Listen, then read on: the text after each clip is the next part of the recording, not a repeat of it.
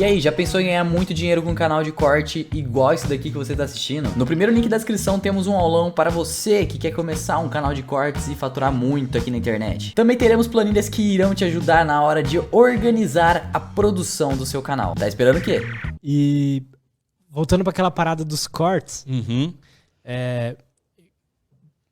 quem tá assistindo provavelmente sabe, mas eu sou dono lá do Cortes Podcast, que pra mim foi um meio que eu já sabia que ia me gerar alguma coisa, porque já tinha acontecido antes isso.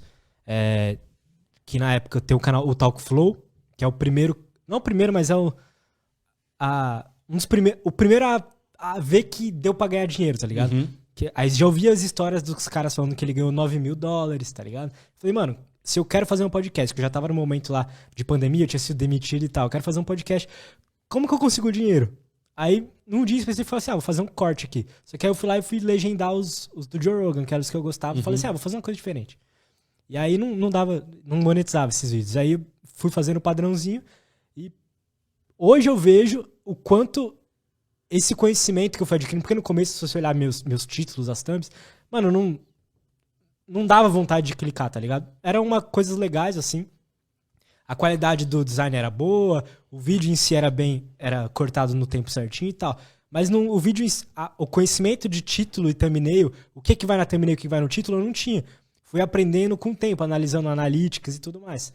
E hoje isso meio que virou um trabalho que não existia antes, né? E eu digo mais que não é pra qualquer um. Então hoje a galera fala, eu quero fazer cortes, ou o canal de cortes não é tão importante. Cara, é fundamental para o conteúdo raiz ser divulgado. Total. E não é simplesmente você iniciar e cortar, fazer um corte simples ali. Existe uma sensibilidade no corte do vídeo, né? Na parte técnica, e existe uma sensibilidade no título e a thumb. E isso é só com experiência, e às vezes nem só experiência. É uma percepção que poucos têm.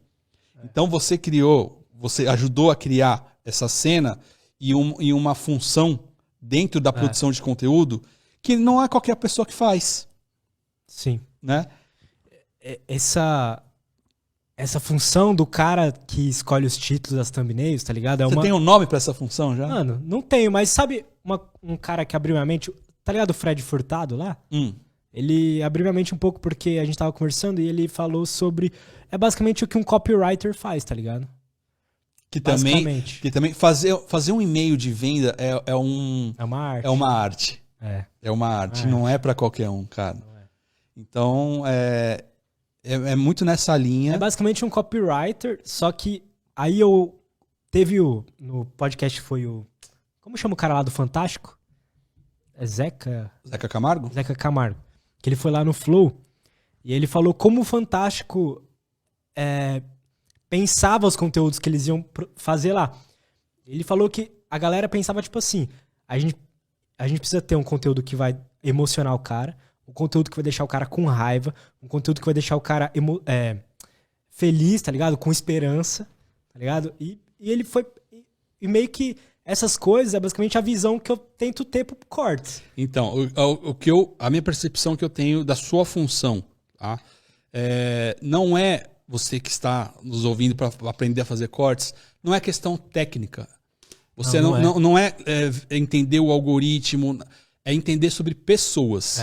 O que a pessoa deseja, você criar, mexer no sentimento, no emocional dela, o que você vai despertar? Sim. Com um título, com uma imagem, você consegue despertar alegria, raiva, medo, fobia, inveja, nojo, prazer. Tudo isso com um texto e uma imagem, que é a thumb. Total. Né? A thumb meio que você não sabe, é a capa do vídeo.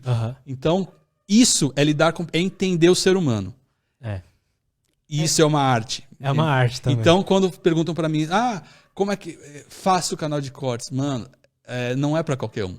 E aí você conseguiu sacar isso e perceber e colocar em prática. Mesmo que foi de forma orgânica, você meio que absorveu, desenvolveu e... Foi orgânico, mas foi também muito... Foi olhar muito pro que dava certo. Isso você estudou, né?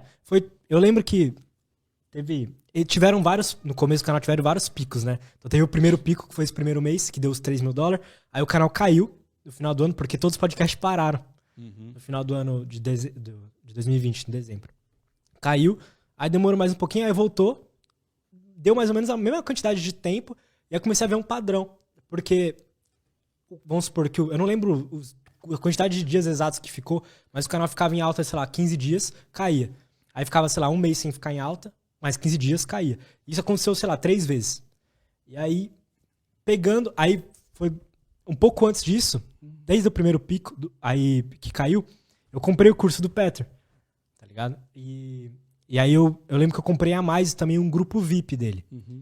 E aí, perguntando pra ele, numa live lá que ele fez, se isso era normal. Ele falou, sim, é normal, no começo de um canal, ter vários picos, e o seu trabalho é analisar todos esses picos. Então ele falou, tipo assim, não desanima quando você tá lá em alta e cair. Isso vai acontecer algumas vezes ainda. E dependendo do como tá o mercado, então, por exemplo, hoje, canais de corte, tem canal pra caralho. E todo mundo fazendo a mesma coisa, praticamente. É mais difícil você chegar no pico e é mais difícil você voltar depois também.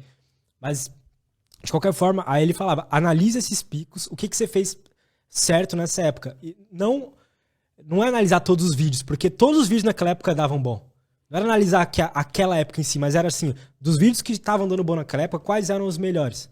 Sim. E entender. E aí, tipo, comecei a entender mais ou menos isso. E aí, ficou alguns meses que eu olhava todo dia o Analytics. Eu olhava, a gente, sei lá, postava 8 a 12 vídeos por dia. Eu olhava todos os dias o Analytics para todos os vídeos. Por que esse vídeo foi bem, por que esse foi mal, tá ligado? E aí, isso durante uns 3 meses. Então, não foi tão orgânico, mas foi necessário. Mas hoje em dia eu não olho mais também. Isso. Hoje você já entendeu como é que funciona. E quando você assiste um conteúdo de um podcast, você consegue ter o olhar e falar, pô, isso aqui é um corte, e já vem a thumb, já vem o título, a linha que você quer. Pra quem quiser saber como a gente faz aqui, é porque hoje em dia a gente é uma equipe, né? É eu e mais 2 pessoas no canal Cortes Podcast. Fora isso, tem mais um monte de colaborador nos outros projetos, aqui inclusive. Mas aí é eu e mais 2. E o ideal é ter 4 pessoas, pelo menos 4 funções, mas aqui a gente conseguiu dividir em 3 de boa. Que é um cara que vai editar. A edição é simples, é só saber onde cortar e saber onde terminar. Você também não pode ser tão... Não é tão fácil assim, apesar de ser simples, não é fácil. Você tem que saber onde vai começar aquele assunto. Geralmente o assunto às vezes nem começa na pergunta que o cara fez, tá ligado? Começa um pouco antes, que gera a pergunta do cara. Puxa o gancho, tem o gancho e a deixa, né? E aí isso você vai meio que entendendo que o algoritmo do YouTube principal é retenção. Aí você meio que entende, tá, às vezes vale a pena eu deixar o melhor mais ou menos lá por 6 minutos, tá ligado? Aí eu consigo fazer um vídeo de mais de 8 minutos, que aí já me gera mais grana. Aí tem tudo isso em volta. Então essa é a parte da edição. Aí tem o cara que faz os títulos e as thumbnails, que eu digo que é o título e thumbnail bruto, que no caso aqui é o mesmo cara que edita, então, e que assiste o ao vivo. Aqui o Du, ele assiste os podcasts ao vivo quando tá rolando, que a gente tem que soltar o mais rápido possível. E aí ele vai anotando, enquanto tá assistindo e gravando a tela. Minutagem? A minutagem. Então, o título que ele coloca ali é praticamente irrelevante, apesar de às vezes a gente usar. Mas assim, é só pra saber mais ou menos qual que é o assunto. Então, por exemplo, o cara tá explicando mais ou menos como é morar na Índia. Às vezes a gente não pensa no título, como é morar na Índia ali na hora. Fica só Índia, tá ligado? E aí abre um parênteses e coloca todas as possíveis thumbnails. Possíveis thumbnails é coisas que o cara falou. Então, que só podem ser interessantes. Então o Du vai anotando. Então o cara tá falando disso da Índia, aí uma hora ele falou, na Índia a gente via o cara cagando e o cachorro comendo a merda atrás dele e tá, não sei o quê. Bum, isso é uma coisa. Aí ele fala uma outra coisa interessante. Aí ele fala uma outra coisa interessante. E aí pronto, a gente tem possíveis 3 thumbnails já. Às vezes dá pra juntar 2 desses textos, às vezes eu tenho que diminuir o texto muito. E às vezes eu tenho que trocar as palavras, mas que significa a mesma coisa, assim, da clickbait, porque no começo do canal eu tentava fazer os clickbaits e isso prejudicou lá no começo. Então, é muita coisa. E aí, depois que passa por esse bruto, aí vem pra mim. Aí eu analiso o bruto, penso no título que vai ser e qual a thumbnail que vai ser. Aí eu mando pro cara que faz a thumb, que faz a arte em si. E esse processo todo leva quanto tempo do podcast ao vivo até a sua publicação do vídeo? Hoje em dia, depois que o podcast termina, porque assim, no início do canal, eu percebi que eu não tinha muito luxo de ficar enrolando muito pra postar. E também era eu sozinho. Então o que acontecia? Assim que, por exemplo, começava a ler a pergunta da galera, eu parava de gravar ali e já ia editar. Tá ligado? E aí, vamos por às vezes dava pra ter 3 vídeos prontos, com thumbnail e tudo, pra postar assim que terminar o podcast. E aí faltavam os vídeos das perguntas e depois que eu postava aqueles, eu vinha e fazia os da pergunta e postava. Isso era quando era eu sozinho. Hoje em dia, graças ao canal tá maior também, a gente tem um luxo tipo assim, espera o podcast acabar inteiro pra não perder nenhum conteúdo. E aí a gente faz os vídeos e, sei lá, em 15, 20 minutos tá no ar tudo. Então a gente, depois que termina o podcast, 15, 20 minutos tá no ar tudo. Basicamente isso. Aí vai de 8 a 12 vídeos, mais ou menos. Cara, por dia. É uma produção. Então, você que está nos assistindo acha que é fácil? Não é fácil. Para chegar nessa velocidade, teve uma caminhada. Né? Então, tudo tem que ter o seu tempo de maturação. E lembra aquilo que você falou do seu amigo lá, que ele queria fazer conteúdo pra internet, mas ele não consumia aquilo? Eu digo, muita gente me chama para falar assim, fazer corte e tal, não sei o quê. E eu vejo que muita gente, ela não tem essa vontade de... sabe? Não quer roer o osso, né? É, tipo isso. A galera quer sempre o atalho, cara.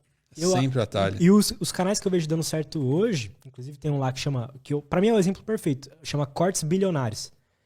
Que o que ele faz? Ele só faz corte de podcast, de episódios de podcast, que às vezes, por exemplo, vai o Thiago Nigro no Flow, mas que fala sobre finanças, sobre empreendedorismo, sobre motivação. Nichou os cortes. O corte, tá ligado? E aí, porra, além disso, hoje em dia eu vejo pra você dar certo no corte, você não pode só ficar no YouTube. Tem que ter um Instagram com os Reels, tá ligado? Tem que estar em outras redes Também. Pra movimentar e ser conhecido, né? Que eu acho que o podcast também precisa. Quer criar um podcast no YouTube, cara, você tem que estar em todas as redes. Pelo menos para ser visto, lembrado e ter conteúdo ali.